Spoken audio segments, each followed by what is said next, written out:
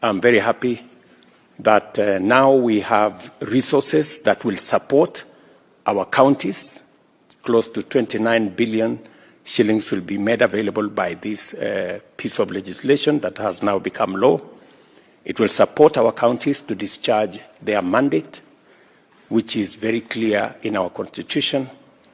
And because the counties are carrying out mandate assigned to them by the constitution, and it is our responsibility to mobilize resources and support the counties. I must say that we continuously are working towards making sure that whenever we have resources, it is shared between the two levels of government equitably so that every level of government can discharge their responsibilities. I know last week we paid, is it last week or the week before? The week before, we paid about 31 billion shillings to our counties.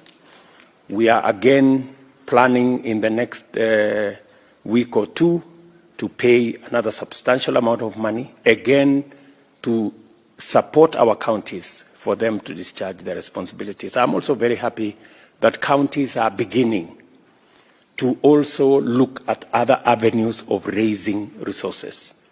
And I want to congratulate governors who are continuously increasing their own source of revenue funds, because that way we make counties discharge their responsibilities without too much intervention and too many hurdles.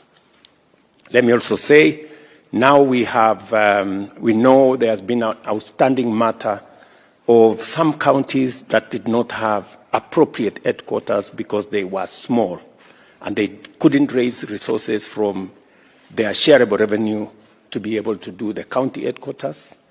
The government has now made it possible for us to complete that project.